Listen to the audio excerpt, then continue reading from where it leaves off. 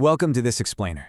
Today, we're diving straight into an event that literally reshaped the modern world, Operation Barbarossa. We're going to look at the immense hubris behind it and the crushing reality of what actually happened. To help us wrap our heads around the sheer scale and the ultimate collapse of the Axis war machine, we're going to visualize it as these highly structured, rigid figures. It's like looking at a massive, complex machine. And today, we're going to see exactly how that inflexible machine completely fell apart. Okay, let's dive into this. Picture the morning of June 22, 1941. The world wakes up to witness an invasion force of a size that had never been seen before and, honestly, hasn't been seen since. That massive swelling wave you see, that represents over 3 million German and Axis soldiers. And it wasn't just manpower. That immense force was backed by roughly 3,000 Panzer tanks, 7,000 artillery pieces, and more than 2,500 aircraft from the Luftwaffe. The scale is almost incomprehensible. We're talking about an overwhelming, highly organized machine surging forward all at once. But to really understand this massive wave, we have to understand the sheer hubris driving it. Because just 2 years prior, Adolf Hitler had actually signed a non-aggression pact with Soviet leader Joseph Stalin. But despite that, Hitler viewed this clash as absolutely inevitable. The invasion was fueled by this dual obsession, deeply rooted in Nazi ideology. First, you had Lebensraum, or living space. This was the desire to conquer the vast, resource-rich, agricultural lands of Eastern Europe and Russia to sustain the German Aryan race. And second was the complete destruction of what Hitler called Judeo-Bolshevism. So this wasn't just a standard war of territorial expansion, not at all. It was a Vernichtungskrieg, a war of utter annihilation designed to completely wipe out the Soviet state, enslave its people, and systematically murder European Jews. So to pull off this annihilation, the Axis forces unleashed a staggering three-pronged offensive. And they did this across an unimaginably wide 1,800-mile front. We're talking about a line stretching all the way from the Baltic Sea in the north right down to the Black Sea in the south. Army Group North was tasked with pushing through the Baltic states to capture Leningrad, which was the very cradle of the Russian Revolution. Meanwhile, Army Group Center had its eyes on the ultimate political prize, a direct, overwhelming strike through Belarus, straight toward Moscow. And finally, Army Group South was sent down into the agricultural heartland of Ukraine to secure vital resources, with their ultimate goal being the rich oil fields of the Caucasus. And this brilliantly illustrates how those rigid structural concepts actually mapped onto the real geography of the Eastern Front. Tracing those three massive thrusts, north, center, and south, you can really start to see the sheer ambition of trying to conquer a landmass of this size simultaneously. The Axis command genuinely believed that their highly mechanized, super-disciplined forces would just slice right through the Soviet defenses in a matter of weeks. They were treating this vast, unforgiving continent almost like it was a simple tabletop exercise. Now here's the crazy part. What makes the initial success of this invasion so shocking is that, well, it wasn't exactly a secret. Soviet leader Joseph Stalin had been getting frantic, repeated intelligence warnings. His own spies were actively sounding the alarm. Even British Prime Minister Winston Churchill explicitly warned him that a German invasion was imminent. But Stalin's reaction? Utter denial. He just waved off all these incredibly credible reports as Western disinformation that was just trying to drag the Soviet Union into a war.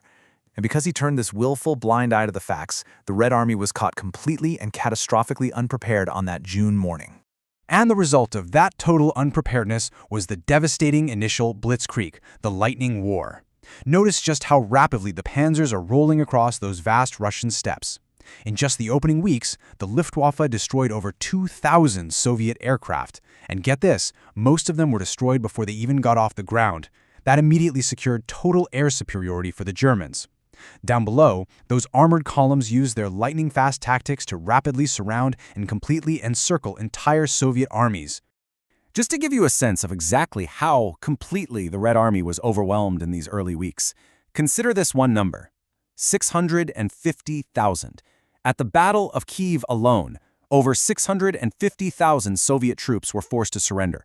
Hundreds of thousands more were captured in these massive sweeping pockets at Minsk and Smolensk. At this peak of Axis momentum in the summer of 1941, it really looked to the rest of the world like the Soviet Union was just going to completely collapse. Let's move to and see how this builds into a fatal flaw for the invaders. Because by autumn, victory seemed pretty much certain to them. But in reality, the German army was marching blindly into a strategic trap of its own making. That rigid structure we talked about was starting to give way to the tyranny of distance. See, the German military relied incredibly heavily on quick, decisive victories. But as they push hundreds And then thousands of miles deep into the Soviet Union, their incredibly long supply lines started to stretch, tangle, and ultimately snap. And here is a fascinating logistical detail that severely crippled them. The Soviet rail network literally used a totally different track width or gauge than the rest of Europe. Now that sounds like a tiny engineering quirk, right? But it was a massive logistical nightmare. It literally meant that German trains, loaded with absolutely crucial food, fuel, and ammunition, couldn't just roll directly to the front lines. All those supplies had to be physically unloaded and transferred to different trains. This caused massive crippling bottlenecks exactly when the rapidly advancing army needed fuel the most. Then came October, and the geography itself turned against the invaders with the arrival of the Rasputitsa. That translates to the mud season. Heavy, relentless autumn rains completely transformed the unpaved Soviet road networks into these thick, waist-deep seas of mud. German tanks, trucks, and, believe it or not, the thousands of horse-drawn wagons they still relied on for supplies just sank deep into this mire. That lightning-fast advance on Moscow, it ground to a literal, exhausting standstill. So if we look at the timeline, you can see this rapid, lethal progression of extreme environmental factors. They launch in June with terrifying speed. By October, the Rasputitsa mud completely halts their momentum. And then, just as they're waiting for the mud to harden so they can finally move again, late November arrives. The ground finally freezes solid, which allows movement, sure, but with it comes a devastating deep freeze. We're talking temperatures plummeting to negative 30 degrees Fahrenheit and below. In this frozen, absolutely brutal landscape, two harsh realities collided. On one side, you had fierce, desperate Soviet resistance. As the Red Army retreated, they didn't just run away. They executed a ruthless scorched earth policy. They burned crops, blew up bridges, and miraculously, they dismantled entire factories, loaded them onto trains, and moved them east to the Ural Mountains just to keep producing weapons. On the other side, you had the freezing Axis forces. Because the German high command had so arrogantly expected to win the war in the summer, they literally failed to issue winter uniforms to their troops. It's almost unbelievable. Soldiers suffered horrific frostbite, horses died by the thousands, and the oil inside their tank engines literally froze solid. Now, what's really interesting about this slide is how close they actually got, despite all of those massive failures. 15, exhausted, freezing, and fundamentally stalled. The forward elements of the German military made it to just 15 miles from the Kremlin. They were literally so close, they could reportedly see the spires of Moscow through their binoculars. It was the absolute, undeniable high watermark of the invasion. But they would go no further. Because on December 5, 1941, Soviet General Georgy Zhukov launched a massive surprise counteroffensive. He utilized fresh, heavily equipped Siberian divisions who were actually trained in winter warfare, and the Red Army just slammed into the depleted, freezing German lines. That rigid invasion force we talked about at the beginning, it was completely shattered, broken apart, and pushed back up to 150 miles away from the capital.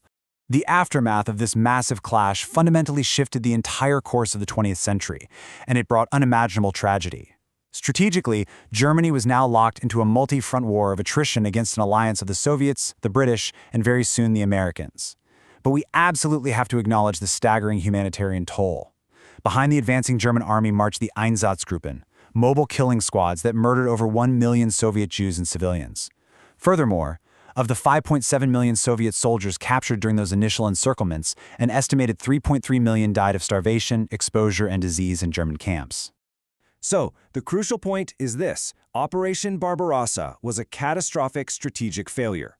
Yes, the horrors of the Eastern Front would rage on for another 3 bloody years with titanic battles like Stalingrad and Kursk, but the narrative of an unstoppable Axis machine ended right here. The myth of German invincibility wasn't defeated in the air, and it wasn't defeated on the sea. It was permanently shattered in the freezing mud outside Moscow in December 1941. And it really leaves us to wonder, how often does historical hubris blind leaders to the harsh realities of geography, logistics, and the sheer unbroken will of a desperate defense? Thank you for joining me for this explainer, and keep questioning the history that shaped our world.